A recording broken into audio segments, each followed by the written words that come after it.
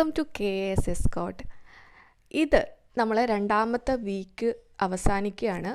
So നമ്മൾ ഓരോ time table അനുസരിച്ചാണ് ഓരോ ചാപ്റ്റേഴ്സ് കംപ്ലീറ്റ് ചെയ്ത് വന്നുകൊണ്ടിരിക്കുന്നത്. ഇപ്പം ആ ഒരു പാറ്റേൺ അനുസരിച്ച് സ്റ്റാർട്ടിങ് തൊട്ട് തന്നെ കുറേ പേര് നമ്മളോടൊപ്പം കൂടിയിട്ടുണ്ട്. എന്നാൽ കുറച്ചധികം പേര് ഇപ്പം ചേർന്നവരുണ്ട്. സോ അവർക്ക് ഈ ഒരു ഇതിനെക്കുറിച്ച് ഒരു ഐഡിയ ഉണ്ടാവത്തില്ല. അതുകൊണ്ട് അവർക്ക് വേണ്ടിയിട്ടാണ് ഈ ഒരു വീഡിയോ വരുന്നത്. ഓക്കെ, അപ്പം എന്തൊക്കെ കാര്യങ്ങളാണ് ഈ ഒരു ചാനൽ വെച്ച് പഠിക്കുമ്പം എന്ന് ശ്രദ്ധിക്കേണ്ട എന്തൊക്കെയാണെന്ന് വെച്ചാൽ, നമ്മൾ ഒരു ടൈം ടേബിൾ അനുസരിച്ചാണ് പഠിച്ചു പോകുന്നത്. ഓരോ വീക്കിലും ഓരോ ടൈം ടേബിൾ അപ്ലോഡ് ചെയ്യുന്നുണ്ട്. അത് നിങ്ങൾക്ക് ടൈം ടേബിളിൻ്റെ പ്ലേലിസ്റ്റ് ഈ ഒരു ചാനലിൽ നിങ്ങൾ യൂസ് ചെയ്യുമ്പം ജസ്റ്റ് വീഡിയോസ് മുമ്പിൽ കിടക്കുന്ന വീഡിയോസ് നോക്കാതെ പ്ലേലിസ്റ്റിൽ പോവുക. പ്ലേലിസ്റ്റിൽ പോയിട്ട് നിങ്ങൾക്ക് ഏത് സബ്ജക്റ്റാണോ നിങ്ങൾ പഠിക്കാൻ ഉദ്ദേശിക്കുന്നത് ആ ഒരു സബ്ജക്റ്റ് എടുത്ത് വെച്ച് പഠിക്കുക. ഓക്കെ, അപ്പം ടൈം ടേബിൾ എന്ന് പറയുന്ന ആ ഒരു പ്ലേലിസ്റ്റിനകത്ത് ഓരോ വീക്കിലെ ടൈം ടേബിൾ ഉണ്ടാവും.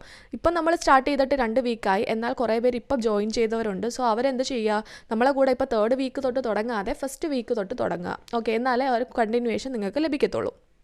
അപ്പം ആ ഒരു ടൈം ടേബിൾ അനുസരിച്ചാണ് പഠിക്കുന്നത്. ആ ഒരു ടൈം ടേബിളിനകത്ത് പല സബ്ജക്റ്റുകളുണ്ടാവും. ഒരു വീക്കിൽ നമ്മൾ ഒറ്റ സബ്ജക്റ്റോ അല്ലെങ്കിൽ 2-3 സബ്ജക്റ്റ് മാത്രമല്ല, നമ്മൾ ഓൾമോസ്റ്റ് ഒരു 4-5 സബ്ജക്റ്റുകളുണ്ടാവും. ആ സബ്ജക്റ്റിൽ നമ്മൾ ഓരോ ദിവസവും ഒരു സബ്ജക്റ്റ് കൊണ്ടിരുന്നാൽ അത് ലാഗ് അടിച്ചിരിക്കത്തേ ഉള്ളൂ. ഓരോ ദിവസവും നമുക്കുള്ള ടൈമിനെ ഡിവൈഡ് ചെയ്ത് എന്ത് ചെയ്യുക, ഓരോ സബ്ജക്റ്റിന് സ്പ്ലിറ്റ് ചെയ്ത് കൊടുക്കുക. അപ്പോഴത്തേക്ക് ഒരു വീക്ക് കംപ്ലീറ്റ് ആകുമ്പോഴത്തേക്കും ഇത്രയും സബ്ജക്റ്റ് പഠിച്ച് തീരത്തക്ക രീതിയിൽ സ്പ്ലിറ്റ് ചെയ്തിരുന്ന് പഠിക്കുക. ഓക്കെ, ആ ഒരു പാറ്റേൺ ആണ് നമ്മൾ പൊയ്ക്കൊണ്ടിരിക്കുന്നത്. ഇപ്പം എത്ര ചാപ്റ്റേഴ്സ് കംപ്ലീറ്റ് ചെയ്തിട്ടുണ്ടെന്ന് വെച്ചാൽ, ഇപ്പോൾ 2 വീക്ക് കംപ്ലീറ്റ് ആവാൻ പോകുന്നുണ്ട്. അപ്പോഴത്തേക്കും 11 ചാപ്റ്റേഴ്സ് യഥാർത്ഥത്തിൽ ഞാൻ പഠിച്ചു കഴിഞ്ഞത് 14 ചാപ്റ്റേഴ്സാണ്. അതിന് ഇനിയും 2 ചാപ്റ്റേഴ്സും കൂടെ അപ്ലോഡ് ചെയ്യാനായിട്ടുണ്ട്. ഓക്കെ, അപ്പോൾ കേരള ഹിസ്റ്ററിയുടെ 2nd ചാപ്റ്ററും അതുപോലെ തന്നെ മറ്റേ മാത്സിൻ്റെ ഫ്രാക്ഷൻസും അപ്ലോഡ് ചെയ്യാനായിട്ടുണ്ട്. അത് കുറച്ച് നോട്ട്സ് എഴുതാനുള്ള ഒരു ടൈമുണ്ട്. അതുകൊണ്ടാണ് ഒരു ലാഗ് വരുന്നത്. ഓക്കെ, അപ്പം നിങ്ങൾ അതിനോടൊപ്പം തന്നെ കൂടെ പഠിച്ചു പോവുക. അപ്പോൾ ഏതൊക്കെ സബ്ജക്റ്റുകളാണ് ഏതൊക്കെ ബുക്കുകളാണ് നമ്മൾ പഠിക്കുന്നതെന്ന് പറയുന്നുണ്ട്.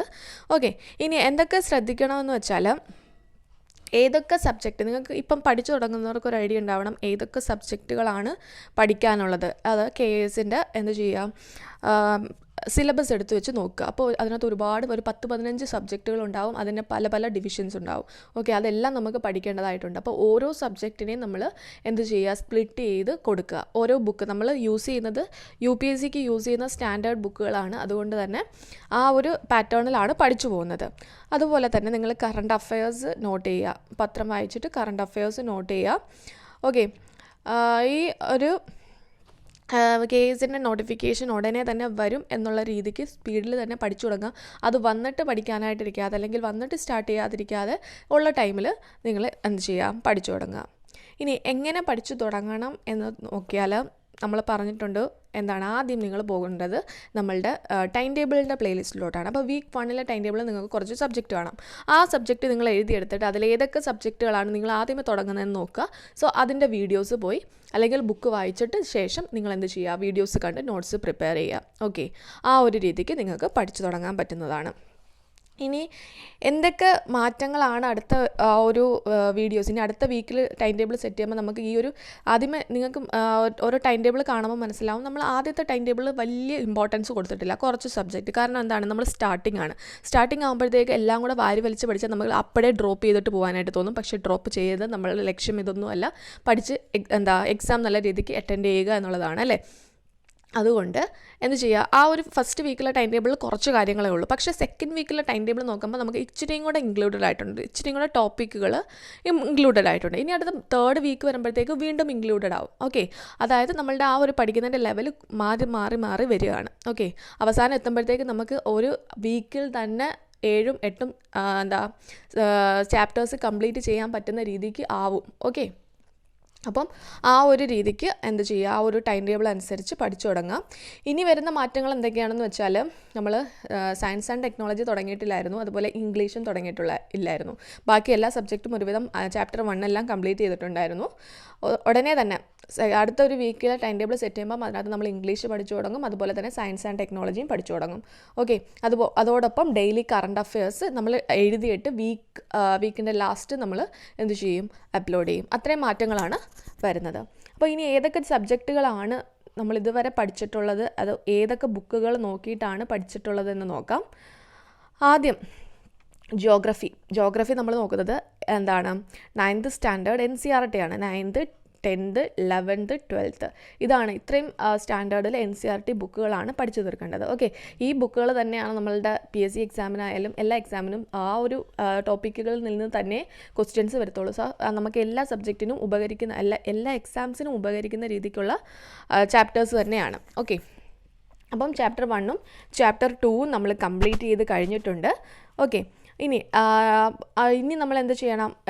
ജോഗ്രഫിയുടെ ഒരു പ്ലേലിസ്റ്റ് അവൈലബിൾ ആണ്. ആ ജോഗ്രഫിക്കകത്ത് ഈ ചാപ്റ്റർ 1ഉം ചാപ്റ്റർ 2ഉം അതിനോടൊപ്പം തന്നെ ചില ഇൻട്രൊഡക്ഷൻസും ഉണ്ടാവും. ഇൻട്രൊഡക്ഷൻ വീഡിയോ ഉണ്ടെങ്കിൽ അത് കണ്ടതിന് ശേഷം മാത്രം ആ ചാപ്റ്ററിൻ്റെ വീഡിയോസ് നോക്കി പഠിക്കുക കേട്ടോ. അത് ജനറൽ ഒരു ഇൻട്രൊഡക്ഷൻ ആയിരിക്കും. അത് പഠിച്ചു കഴിഞ്ഞാൽ ആ ചാപ്റ്റർ പഠിക്കാനായിട്ട് ഈസി ആയിരിക്കും. ആ ഒരു രീതിക്കാണ് അത് സെറ്റ് ചെയ്തിരിക്കുന്നത്, ആ ഒരു പ്ലേലിസ്റ്റ് സെറ്റ് ചെയ്തിരിക്കുന്നത്. ഓക്കെ, ഇനി നമ്മൾ നോക്കുന്നത് ഇന്ത്യൻ പൊളിറ്റിയാണ്. ഇന്ത്യൻ പൊളിറ്റി നമ്മൾ റീസെൻ്റ് ആയിട്ടാണ് ഈ 2ാമത്തെ വീക്കിലാണ് തുടങ്ങിയത് ഇന്ത്യൻ പൊളിറ്റി പഠിക്കാനായിട്ട്. അപ്പം ഇന്ത്യൻ പൊളിറ്റി എന്ന് പറയുമ്പോൾ എന്താണ്? ഇന്ത്യൻ കോൺസ്റ്റിറ്റ്യൂഷൻ്റെ ഒരു ബുക്കാണ്. നമ്മൾ യൂസ് ചെയ്യുന്ന ബുക്ക് UPSCക്ക് യൂസ് ചെയ്യുന്ന ഇന്ത്യൻ പൊളിറ്റിയുടെ ലക്ഷ്മികാന്തിൻ്റെ ബുക്കാണ്. അത് ആദ്യത്തെ ചാപ്റ്റർ ഈ ഒരു വീക്കിൽ കംപ്ലീറ്റ് ചെയ്ത് അപ്ലോഡ് ചെയ്തിട്ടുണ്ട്. അത് നോക്കി പഠിക്കുക. ഓക്കെ, അതിനുശേഷം നമ്മൾ ആ ഒരു ചാപ്റ്റർ എന്ന് പറയുന്നത് റെഗുലേറ്റിംഗ് ആക്ട്, അങ്ങനെ കുറേ ആക്റ്റുകളുടെ ഒരു ചാപ്റ്ററാണ്. അത് PSC എക്സാമിന് എല്ലാം ചോദിക്കുന്ന ക്വസ്റ്റ്യൻസ് ആണ്. സോ അത് പഠിച്ചതിന് ശേഷം നമ്മൾ അടുത്ത ചാപ്റ്ററിനകത്ത് ആ ഒരു കോൺസ്റ്റിറ്റ്യൂഷൻ്റെ മേക്കിങ്ങിലോട്ടൊക്കെ പോകുന്നുണ്ട്. ഓക്കെ, അപ്പം അതും നമ്മൾ ചാപ്റ്റർ കംപ്ലീറ്റ് ചെയ്തു. ഇനി നമ്മൾ നോക്കുന്നത് ഹിസ്റ്ററിയാണ്. ഹിസ്റ്ററി എന്ന് പറയുമ്പം ഞാൻ യൂസ് ചെയ്യുന്ന book ancient and medieval India എന്ന് പറയുന്ന പൂനം ദലാൽ ദാഹിയുടെ UPSCയുടെ സ്റ്റാൻഡേർഡ് ബുക്കാണ്. ആ ഒരു ബുക്കാണ് യൂസ് ചെയ്യുന്നത്. അതിൻ്റെ ചാപ്റ്റർ 1ഉം ചാപ്റ്റർ 2ഉം കംപ്ലീറ്റ് ആക്കി അതിനകത്ത് അപ്ലോഡ് ചെയ്തിട്ടുണ്ട്. ഹിസ്റ്ററി എന്ന് പറയുന്ന പ്ലേലിസ്റ്റിൽ നിങ്ങൾക്ക് കിട്ടും. അതുപോലെ ഇന്ത്യൻ ആർട്ട് ആൻഡ് കൾച്ചർ നല്ല വലിയൊരു സബ്ജക്റ്റായിരുന്നു, വലിയൊരു ചാപ്റ്ററായിരുന്നു. അതും മാക്സിമം കംപ്ലീറ്റ് ചെയ്ത് അപ്ലോഡ് ചെയ്തിട്ടുണ്ട്. അതിനകത്ത് ഇനി ഒരു ടോപ്പിക് കൊണ്ടുണ്ട്, അത് ഉടനെ തന്നെ അപ്ലോഡ് ചെയ്യും. ഓക്കെ, ഒത്തിരി ഉണ്ട്. ആ ഒരു ചാപ്റ്ററിനകത്ത് പഠിക്കാൻ ഒത്തിരി ടോപ്പിക്കുകളുണ്ട്. പക്ഷേ അതിൻ്റെ ആ ബുക്കിനകത്തുള്ള ചാപ്റ്റേഴ്സിൻ്റെ എണ്ണം എന്ന് പറയുന്നത് 26 ചാപ്റ്റർ മാത്രമേ ഉള്ളൂ. അതുകൊണ്ട് നമുക്ക് വലിയ പേടിക്കേണ്ട കാര്യമില്ല. ഒരു എക്സാമൊക്കെ ആകുമ്പോഴത്തേക്കും അത് ഒരു 95% എങ്കിലും കംപ്ലീറ്റ് ചെയ്തിരിക്കും. ഓക്കെ, ഇനി എക്കണോമിക്സിൽ യൂസ് ചെയ്യുന്ന ബുക്ക് ഇന്ത്യൻ എക്കണോമി എന്ന് പറയുന്ന രമേശ് സിംഗിൻ്റെ ബുക്കാണ്. അപ്പോൾ PSCക്ക് പഠിക്കുന്ന ഒരുപാട് പേര് പറഞ്ഞിട്ടുണ്ടായിരുന്നു ആ ഒരു ബുക്ക് പെട്ടെന്ന് പഠിച്ച് അപ്ലോഡ് ചെയ്യാമോ എന്ന്. കാരണം ബാക്കിയുള്ള PSC എക്സാംസിനൊക്കെ അവർക്ക് അത് ഉപകരിക്കുമെന്നുള്ള രീതിക്ക് പറഞ്ഞിട്ടുണ്ടായിരുന്നു. പക്ഷെ നമ്മൾ അങ്ങനെ പഠിച്ചു ഇത് ചെയ്യാൻ പോയാൽ നമ്മളുടെ ആ ഒരു ടൈം ടേബിളിൻ്റെ ആ പാറ്റേൺ പോകും. അതുകൊണ്ട് ആണ് നിങ്ങൾ പറഞ്ഞത് ആ ഒരു രീതിക്ക് നമുക്ക് ചെയ്യാൻ പറ്റാത്തത് കേട്ടോ. കാരണം നമ്മളൊരു ടൈം ടേബിൾ അനുസരിച്ച് എല്ലാ സബ്ജക്റ്റുകളും പഠിച്ചു പോവുകയാണ്. നമ്മൾ എക്സാം ആകുമ്പോഴത്തേക്കും ഈ എല്ലാ സബ്ജക്റ്റിൻ്റെയും ഒരു 3/4 ചാപ്റ്റേഴ്സ് നമുക്ക് കംപ്ലീറ്റ് ചെയ്യേണ്ടതായിട്ടുണ്ട് പ്രിലിമിനറിക്ക് മുമ്പായിട്ട്. അതുകൊണ്ട് തന്നെ ആ ഒരു സബ്ജക്റ്റ് കൊണ്ട് മാത്രം ഇരുന്നാൽ നമുക്കത് ബാക്കിയുള്ള സബ്ജക്റ്റിനെ കൂടെ കൊണ്ടുപോകാൻ പറ്റത്തില്ല. അതുകൊണ്ടാണ് ഞാനത് അപ്ലോഡ് ചെയ്യാത്തത്. നമ്മൾ ടൈം ടേബിൾ അനുസരിച്ച് മാത്രമേ അപ്ലോഡ് ചെയ്ത് പോകത്തുള്ളൂ.